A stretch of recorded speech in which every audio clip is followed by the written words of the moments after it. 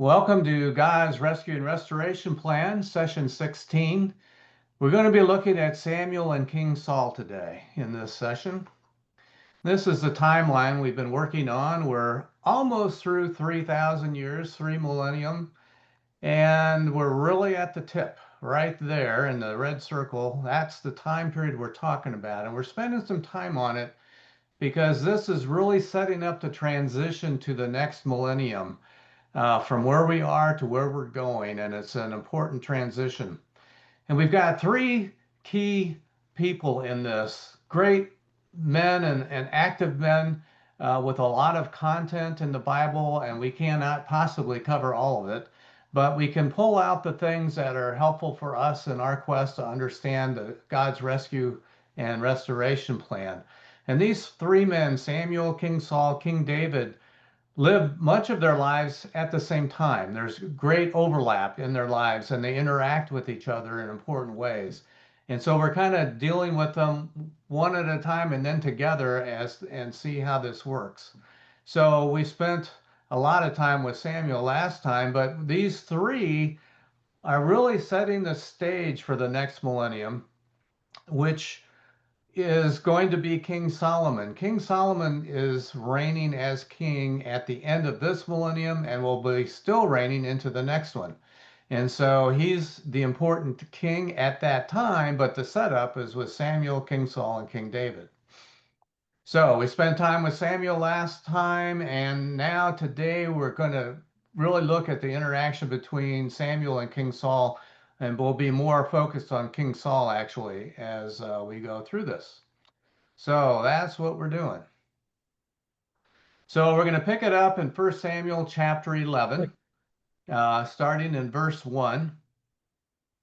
It says, Then Nahash the Ammonite came up and encamped against Jabesh Gilead, and all the men of Jabesh said to Nahash, Cut a covenant with us, and we will serve you. So let's pause for a second and get our bearings on this.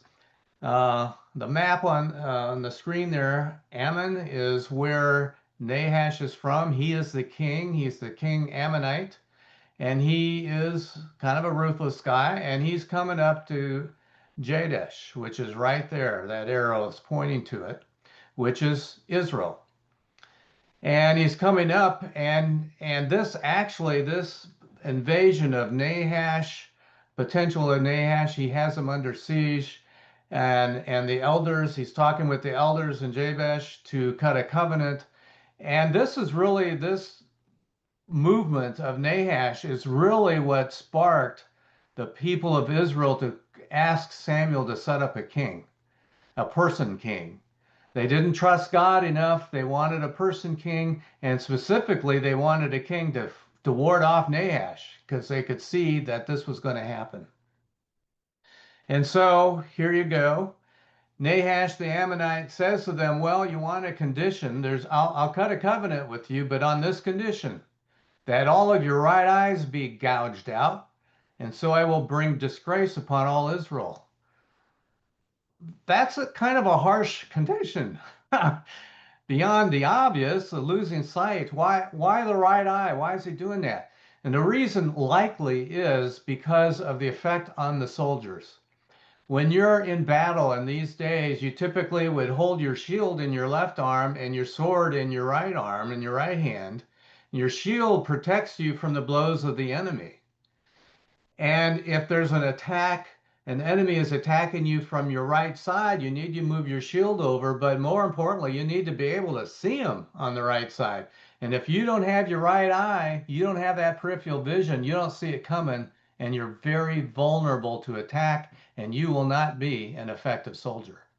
And so the thinking is probably that's why it's the right eye versus the left eye, but in either case, you're blind in an eye. That's a pretty brutal condition. And of course, they weren't real keen with that. So the elders of Jabesh said to him, Give us 7 days that we may send messengers through all the territory of Israel, and then if there's no one to save us, we will come out to you and we'll agree. So they sent messengers. And these messengers came to Gibeah of Saul and spoke these words in the ears of the people. And when they heard that, all the people lifted up their voice and wept. It was very disturbing that this was happening. And Gibeath is where Saul is. That's where he is, his town. And behold, verse 5, Saul came out of the field behind the oxen. He's been plowing. And Saul said, what's wrong with the people that they're crying? What's going on? What's happening? And then they told him the words of the men of Jabesh. And the Spirit of God rushed upon Saul when he heard those words, and his anger burned exceedingly.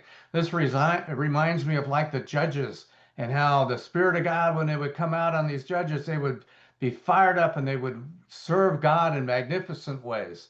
And here it is, his anger burned exceedingly. He took a yoke of oxen and cut them in pieces and sent them throughout all the territory of Israel by the hand of messengers, saying, whoever does not come out to follow Saul and follow Samuel, because we're together on this, the king and the man of God, the prophet, we're together. Come follow us, and if you don't, so will it be done to his oxen. And the terror of Yahweh fell on the people, and they came out as one man. They were energized by this threat to their brethren, and they came as one. They had unity of purpose and assembled in Bezek. And the children of Israel were 300,000, the men of Judah 30,000, so that's 330,000, a third of a million people. And there's Saul in Bezek. They're accumulating there. You see it on the map. And they said to the messengers who came, say this to the men of Jabesh Gilead, tomorrow, by the time the sun is hot, you will have deliverance. And the messengers came and told the men of Jabesh, and they rejoiced. So the men of Jabesh said, tomorrow we'll come out to you, and you can do with us whatever seems good to you. We'll help. We're all in. Thank you so much. What a great pile of news. And the next day, verse 11, next day, Saul put the people in 3 companies. They came into the midst of the camp in the morning watch. They struck the Ammonites until the heat of the day, and those who survived were scattered, so that no 2 of them were left together. They were just overwhelmed by Saul and the army of Israel, and they just blasted them, and they're gone. They're defeated. Hallelujah. Verse 12, the people said to Samuel, the people came to Samuel and they said, well, who said, will Saul reign over us? Who are these guys? If you remember from the last session, we ended with verses that said, King Saul was announced as king and received as king, but there were some men, sons of Belial, that were not too happy about it, and they did not honor him. They did not respect him. They didn't go along with it. Well, these people, they remember that, and they're asking Samuel, who was that? We need to get rid of them. Bring those men so that we may put them to death. We don't need that. But Saul said, no, no one will be put to death this day, for today Yahweh has brought about deliverance in Israel. And then Samuel said to the people, come, let's go to Gilgal and renew the kingship there. Let's all go down. He calls a national meeting down at Gilgal. There's where it's at. And all the people went to Gilgal, and there they made Saul king before Yahweh in Gilgal. And they offered sacrifices of peace offerings before Yahweh there. And Saul and all the men of Israel rejoiced greatly there. He had been received as king earlier, but now he has conducted his first battle, and it has been victory because he worked with God. God worked with him and with Samuel, and it was successful, and they rescued Israel. And now everyone is celebrating. Saul and all the men of Israel rejoiced greatly. And now Samuel is going to make a speech to all the gathering, to all of Israel. In chapter 12, verse 1, Samuel said to all Israel, behold, I've listened to your voice and all that you said to me, and have made a king over you. Now behold, the king walks before you, and I'm old and gray-headed. And behold, my sons are with you, and I have walked before you from my youth to this day. Here I am. Testify against me before Yahweh and before his anointed one.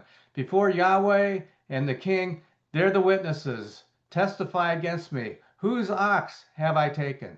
Whose donkey have I taken? Whom have I defrauded? Whom have I oppressed? Of whose hand have I taken a bribe to blind my eyes with it?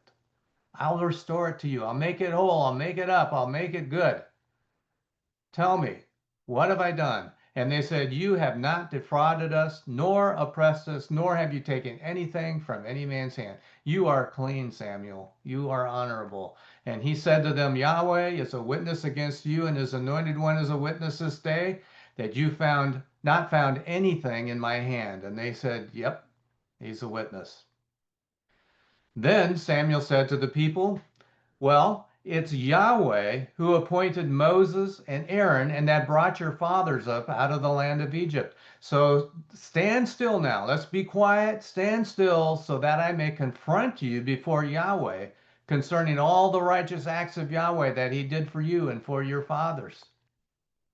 When Jacob had come into Egypt and your fathers cried out to Yahweh, then Yahweh sent Moses and Aaron, who brought your fathers out of Egypt and settled them in this place. But they forgot Yahweh their God. So he sold them into the hand of Sisera, captain of the army of Hazor, and into the hand of the Philistines, into the hand of the king of Moab, and they fought against them. And they cried out to Yahweh and said, "We've sinned because we've forsaken Yahweh, have served the Baals and Asherah, but now deliver us out of the hand of our enemies, and we will serve you." Crying out to God for help, to Yahweh. And what did he do? The judges were sent. So Yahweh sent Jerubbaal, that's another name for Gibeon, and Barak, who worked with Deborah, and Jephthah, and Samuel, delivered you out of the hand of your enemies all around you, and you lived in safety time and time again. And when you saw that Nahash, the king of the children of Ammon, came against you, you said to me, "No, we got to have a man king. We need a king to reign over us, even though Yahweh your God is your king. Look at all the things he's been doing for you for hundreds of years. He's never let you down, but you asked for a man to be your king. And now, behold, the king whom you have chosen and whom you've asked for, behold, Yahweh has set a king over you. If you will fear Yahweh and serve him and listen to his voice and not rebel against the commandment of Yahweh, then both you and also the king who reigns over you will be following Yahweh your God. But if you will not listen to the voice of Yahweh, but rebel against the mouth of Yahweh, then the hand of Yahweh will be against you as it was against your fathers." He is laying out the free will choice. You can decide, Israel, individually and collectively, who you're going to follow. Are you going to follow Yahweh? Are you going to fear him and listen to his voice? Or are you going to rebel? So now stand still and see this great sign that Yahweh is about to do before your eyes. Isn't the wheat harvest today? The time of year is June, and that's when the wheat harvest is, and that is the dry season. It's a dry time of year. It doesn't rain. When the rainy season's over, it's over and it's dry. They harvest the wheat. It lays in the field and dries out so that they can thresh it. If it's wet, if rain were to come, it will get moldy and they won't have the yield, and they need that crop to survive. Isn't the wheat harvest today? I will call to Yahweh so that he will send thunder and rain, and you will know and see that your evil is great that you have done in the eyes of Yahweh, and that you asked for a king for yourselves. Thunder and rain does not happen in the dry season, but that's what's going to happen. Verse 18, so Samuel called to Yahweh, and Yahweh sent thunder and rain that day. And in the text, the Hebrew, the word thunder is the plural. It's thunders, plural. Lots of thunder, lots and lots of thunder and rain that day. And all the people greatly feared Yahweh and Samuel. This does not happen this time of year. And it came out of nowhere. And there it is at the command of Samuel calling to Yahweh. And here it is. And our crops in jeopardy. And all the people said to Samuel, "Pray for your servants to Yahweh your God so that we not die. We need this harvest. We don't want to die. For we have added to all our sins this evil. All the bad things we've done over all these years, now we've done one more thing. We've added to it this evil, to ask for ourselves a king." And then Samuel said to the people, "Do not be afraid. You have done all this evil. But now do not turn aside from following Yahweh. Serve Yahweh with all your heart. Do not turn aside to go after empty gods that cannot profit nor rescue, for they are emptiness. There's nothing they can do for you. For because of his great name, Yahweh will not forsake his people. For Yahweh was pleased to make you a people to himself. He wanted to do it. He did it. He's building a nation for his Messiah to come. He wants it to be successful. As for me, he says, far be it from me that I should sin against Yahweh by ceasing to pray for you. I'm going to keep praying for you. If I don't, that would be a sin for me. I need to do that. But I will instruct you in the good and the right way. I'll keep you on the straight and narrow. Only fear Yahweh. Serve him in truth with all your heart. For see how he has done great things with you. But if you will do evil, yes, evil, both you and your king will be swept away. And that is what his message was to them. And so now we're going to shift gears a couple years later, 1 or 2 years later. There's been some skirmishes with the Philistines. Jonathan has just took a part of the army and attacked a garrison of the Philistines. They don't like it, and so they are massing an army. Chapter 13, verse 5. Now the Philistines assembled themselves together to fight with Israel. 3,000 chariots, 6,000 horsemen, and people as the sand that's on the seashore in multitude. A huge multitude of foot soldiers. So thousands upon thousands upon thousands of people in multitude. And they came up and encamped in Michmash, east of Bethaven. And so there's Michmash right there, with the yellow arrow pointing to it. That's the Philistine arrow. Verse 6.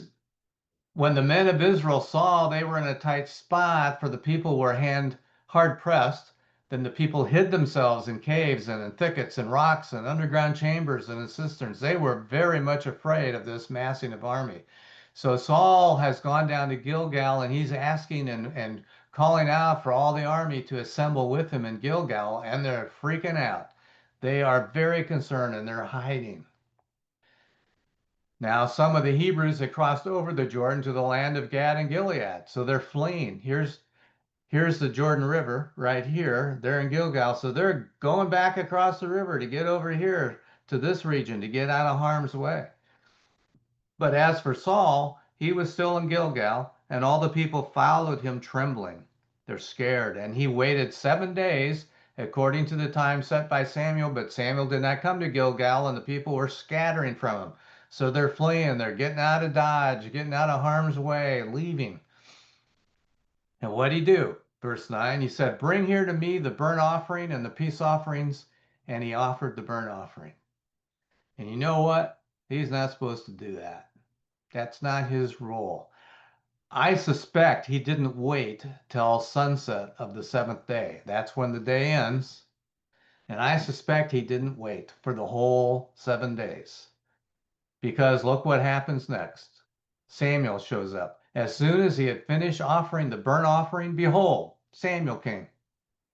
And Saul went out to meet him, to bless him and greet him. Hey, Samuel, glad you're finally here. Good to see you. But Samuel said, what have you done? And Saul said, because I saw that the people were scattering from me, and that you did not come during the appointed days, and that the Philistines were assembling themselves together at Michmash. So I said, now the Philistines will come down against me to Gilgal. And I have not asked the favor of Yahweh. So I forced myself. I made myself do it and offered the burnt offering. Wow. You know, I think God was setting up something really, really special, and I think it's prophetic as well for that 7th day. Why would it have been at the end of the 7th day, and what would have happened? We aren't going to know, but he put it in there. Verse 13, here's what Samuel said. Samuel said to Saul, you have done foolishly. You have not kept the commandment of Yahweh your God that he commanded you. If you had, Yahweh would have established your kingdom over Israel forever. Your progeny would have remained kings, and it would have gone on. You would have stayed, your household, your kingship would have continued onward.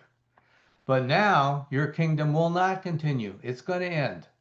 Yahweh has sought for himself a man after his own heart, referring to David, And Yahweh has commanded him to be ruler over his people, because you have not kept what Yahweh commanded you.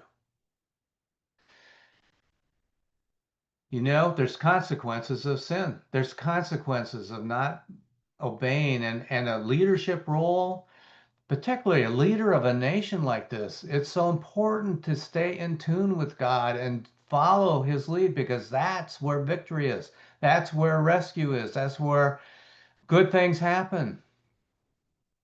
But he didn't. He took it upon himself to play a role that he should not play. And he's going to pay the consequences for that. But in the meantime, he's still king, and he's still functioning as king. And here's some summary verses from chapter 14, verse 47, about what he did. Verse 47, now when Saul had taken the kingship over Israel, he fought against all his enemies on every side, against Moab, against the children of Ammon, against Edom, against the kings of Zobah, against the Philistines. Wherever he turned, he was victorious. He acted valiantly, struck down the Amalekites, delivered Israel out of the hands of those who plundered them. He worked it hard. He was a great warrior, and he was great with the armies. Verse 52, and the war against the Philistines was strong all the days of Saul, and when Saul saw any mighty man or any valiant man, he took him to himself. He kept the army filled with valiant people. So we go to chapter 15, and we see this record. Samuel said to Saul, Yahweh sent me to anoint you to be king over his people, over Israel. So now listen to the voice of the words of Yahweh. He's got a mission for you.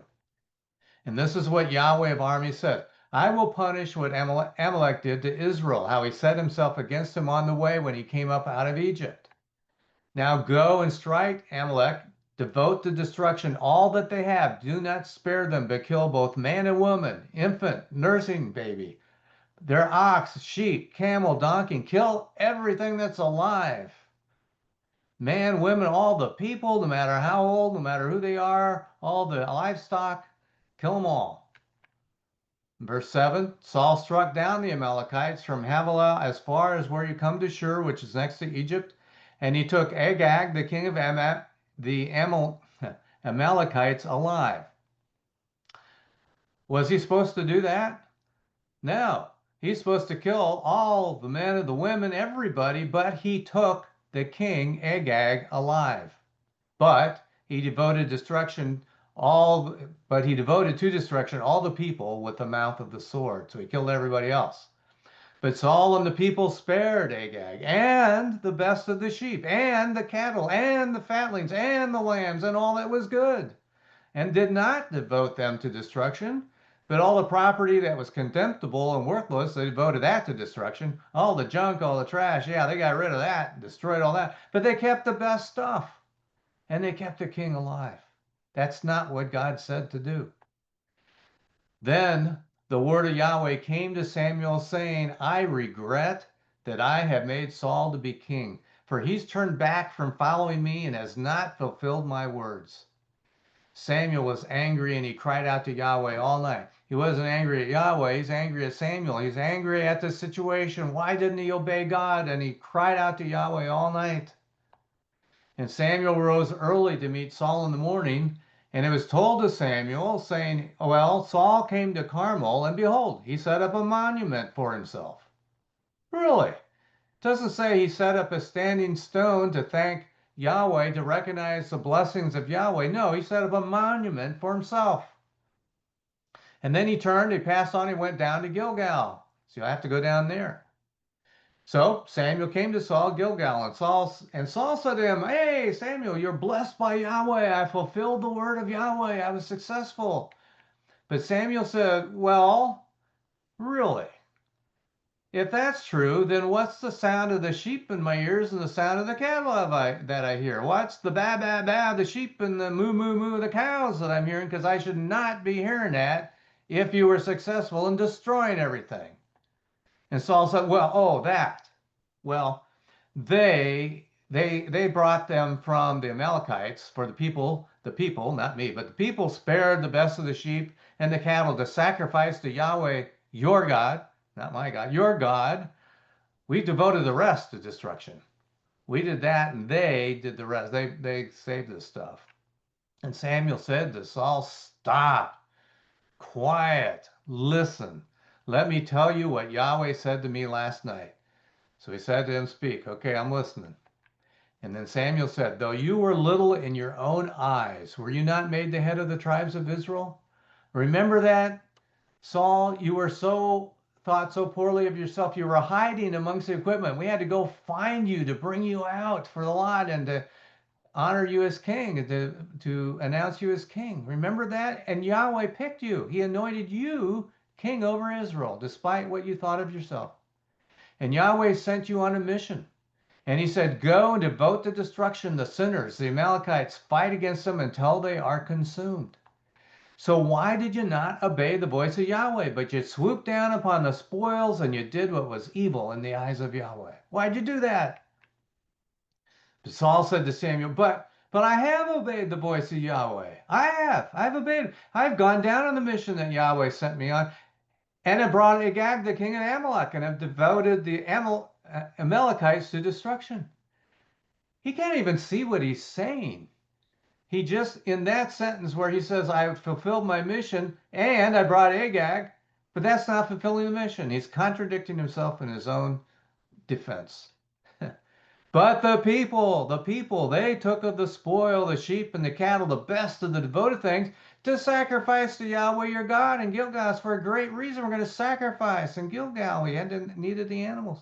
And Samuel said, has Yahweh as much delight in burnt offerings and sacrifices as in obeying the voice of Yahweh? What's more important to Yahweh, do you think?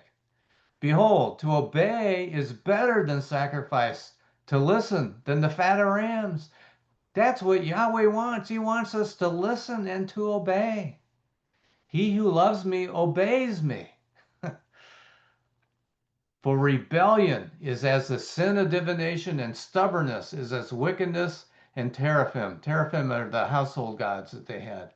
Because you have rejected the word of Yahweh, he has also rejected you from being king. So now it's not just that your kingdom is not going to continue through your family, but he's rejecting you personally from being king.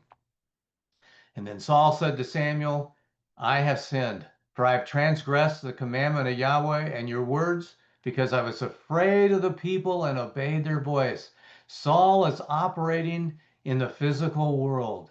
He's watching physical things. He's watching physical people. He's paying attention to what they say and what they want and their condition. He is not tuned in to the spiritual world where God is. He's not paying attention to Samuel, his words, which is his connection, along with spirit that God had placed on him.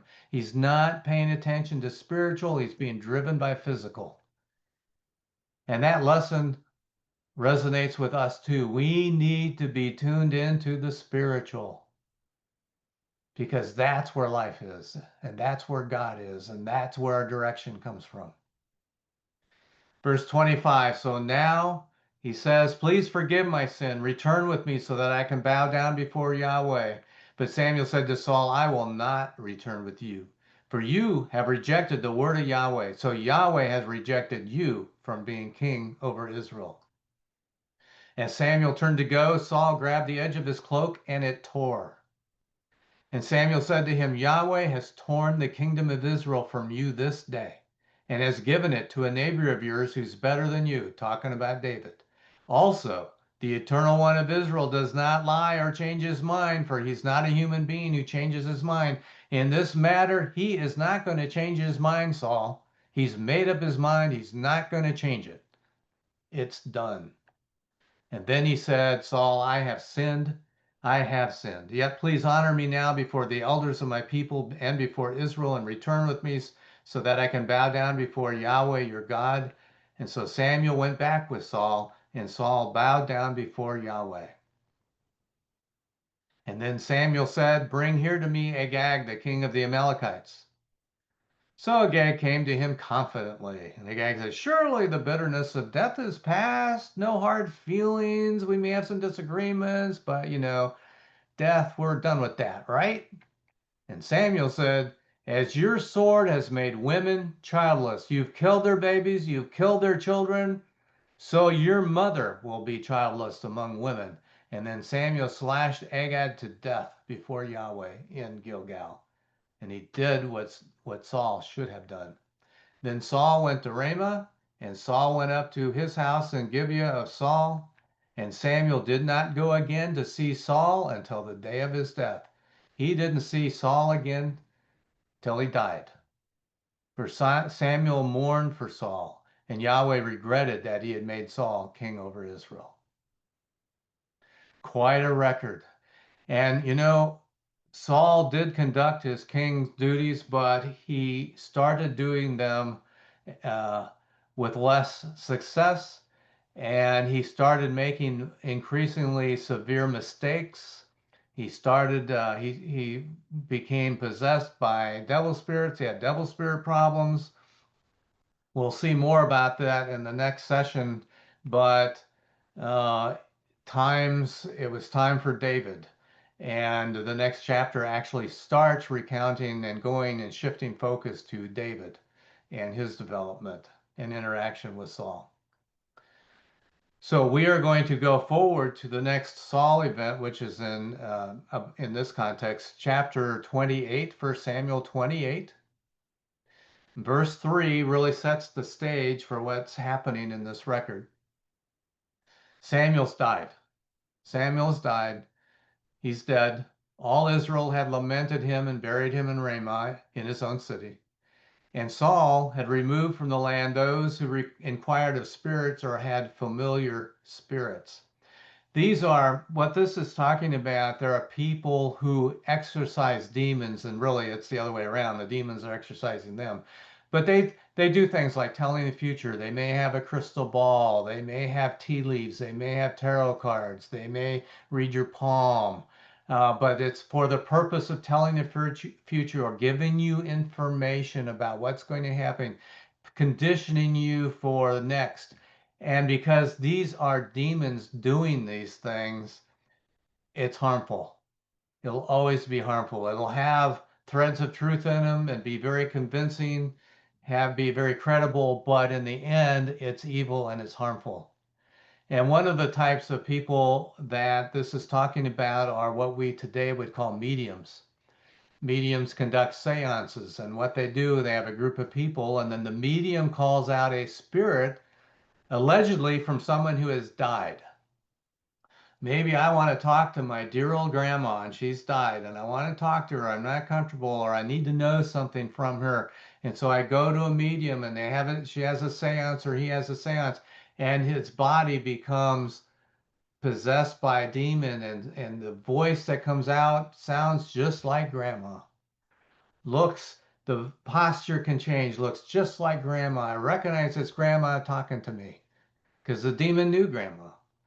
And so then this conversation happens and things that I hear and all that goes on. Sometimes it's not the medium, not the physically doesn't take on the spirit. Sometimes that spirit can actually reveal itself, come into a kind of a form of concretion in the physical realm so you can see it independent of the medium. So that's the kind of stuff that goes on, and that's what it's talking about. And it's incredibly evil. And the premise of it is that when people die, there's a part of them that can still come back to life. They're really not dead completely. Something comes back to life. And that's completely contrary to what the Bible teaches. The Bible teaches very, very emphatically that when someone dies, they are completely dead.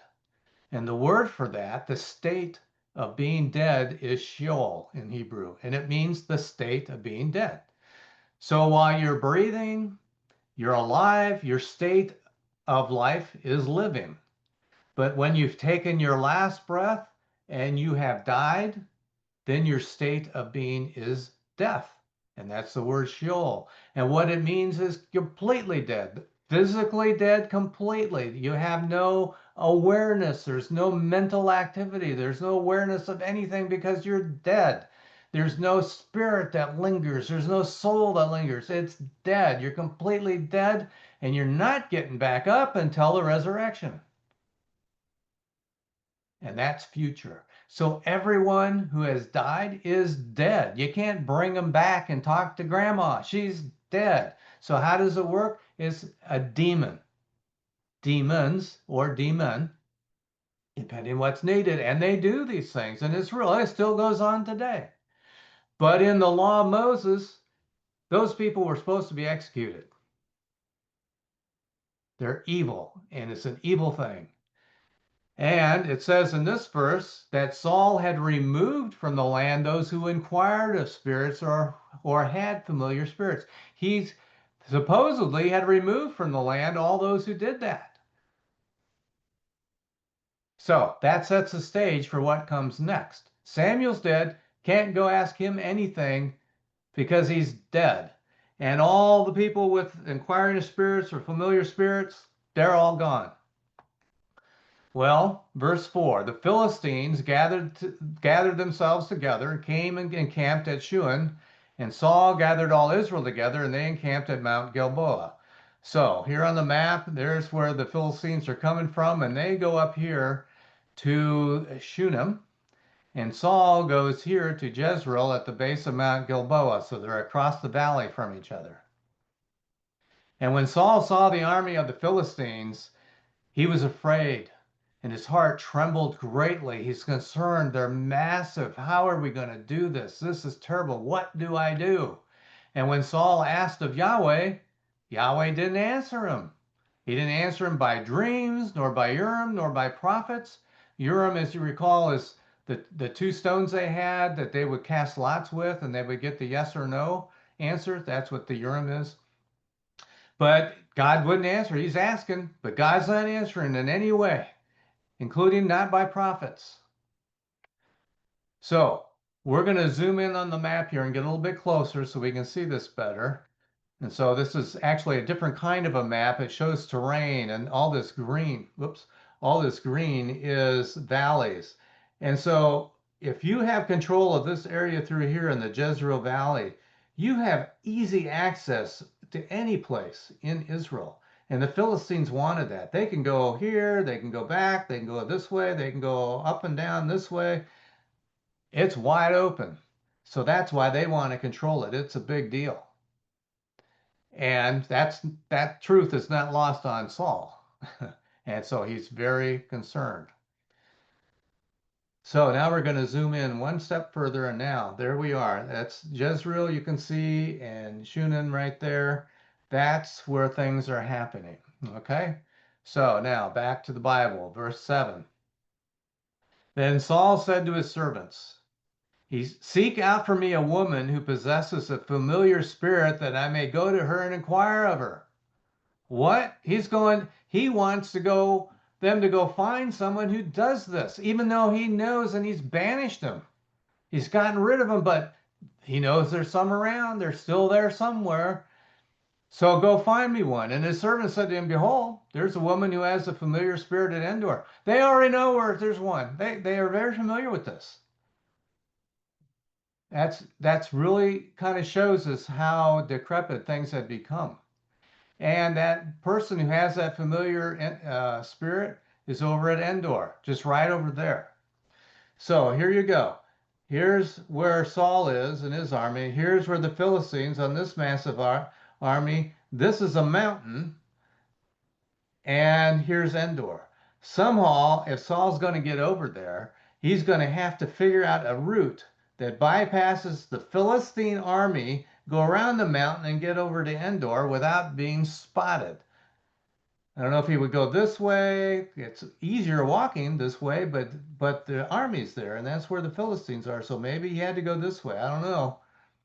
But what he did was he disguised himself, put on different clothing, and went. He and two men with him, and they came to the woman at night. So they traveled at night, and he got over there, and he said, Please divine for me by the familiar spirit, and bring up for me the one that I say to you.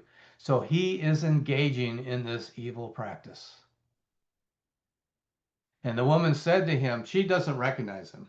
He's disguised. She doesn't know who he is. And the woman said to him, Behold, you know what Saul's done, how he has removed from the land those who inquire of spirits or have familiar spirits. So why do you lay a snare for my life to cause me to die? Why are you putting me in jeopardy, my life? And then Saul swore to her by Yahweh, saying, as Yahweh lives, no punishment will happen to you for this thing. You're going to be fine. And then the woman said, well, whom do you want me to bring up for you? And he said, bring up Samuel for me. Bring up Samuel. And when the woman saw Samuel, here comes the demon. It's not Samuel, it's the demon pretending to be Samuel. And she cries out with a loud voice. And the woman spoke to Saul, saying, why have you deceived me? You are Saul. Why'd you do that? What's going on? And how did she know? The demon informed her. And now she knows what's going on. But the king said to her, do not be afraid. What did you see? And the woman said to Saul, I saw gods coming up out of the earth. And he said to her, what's his appearance? What does he look like? And she said, an old man is coming up. He's covered with a cloak, just like Samuel was. It's so obvious to Saul who it is. So Saul knew that it was Samuel, and he kneeled and he bowed down with his face to the ground to a demon. And Samuel, the demon, said to Saul, why have you disturbed me by bringing him up? And it would have sounded just like Samuel. What are you doing? Disturbing me. And Saul answered, I'm exceedingly distressed, for the Philistines are making war against me, and God has turned away from me and no longer answers me, not by prophets nor by dreams. So I've called you to make known to me what I should do. And Samuel, the demon, says, very logical reply, well, why do you ask me? You just said Yahweh's turned away from you, and the prophets aren't answering you. You may recall I am a prophet, so why would I give you any advice? Why are you asking me? Yahweh has turned away from you and has become your foe. God never really said that. He never said he was Saul's foe, but he has turned away from him. But that's what happens in these situations. These demons, they have a lot of truth in what they say. They kind of get you. Yeah, that's believable. That's credible. And then they put out the lie, just like with Adam and Eve, when they're looking at what they weren't supposed to do.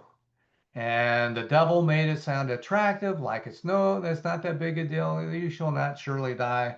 And they ate. And all of this has happened since. That's the way it works. Verse 17.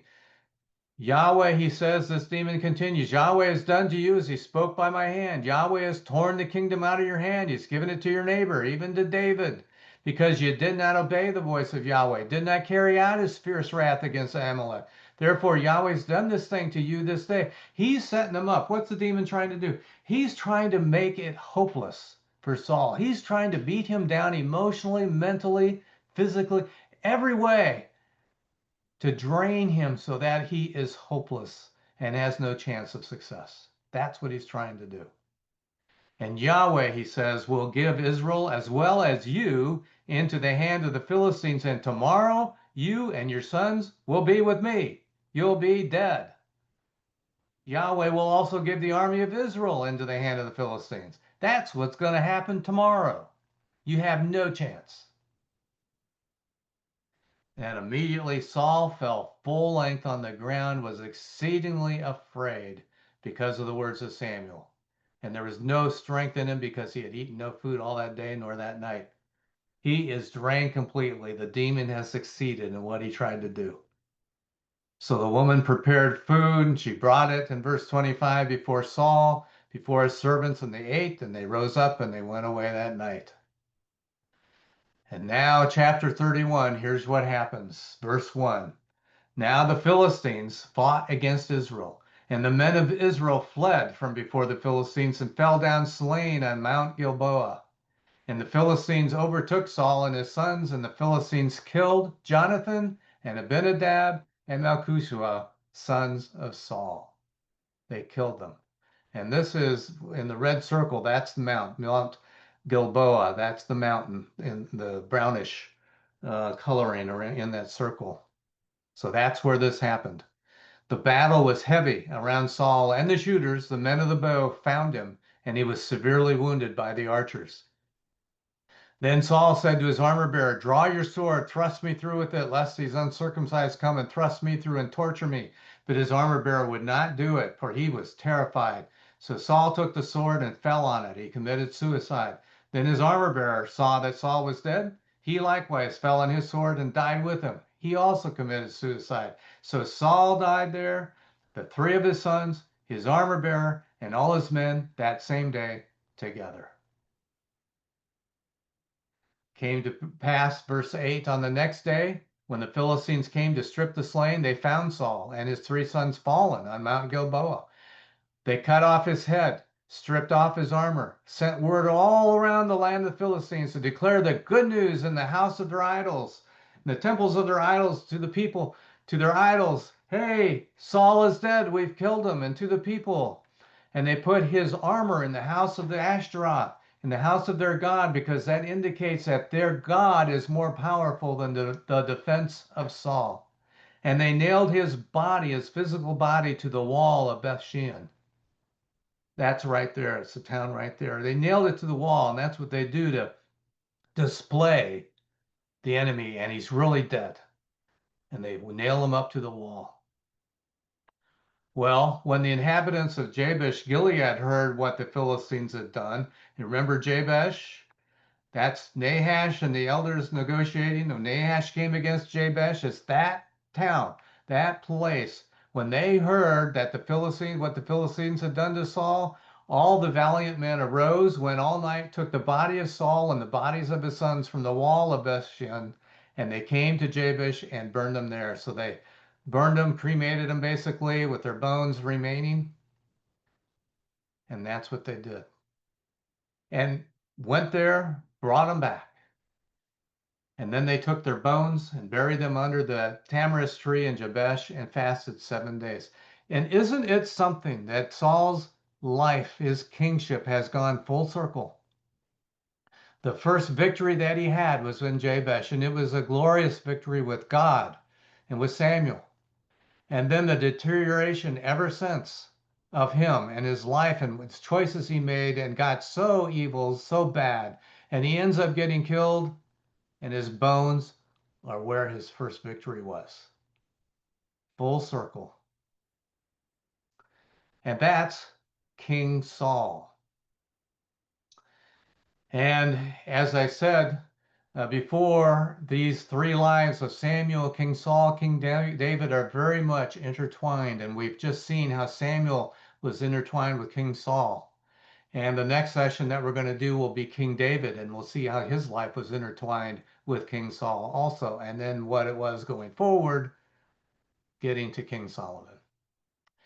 So that's where we're going to wrap it up for today, session 16. I hope that was enlightening for you and was interesting, that you learned something, and I look forward to the next session.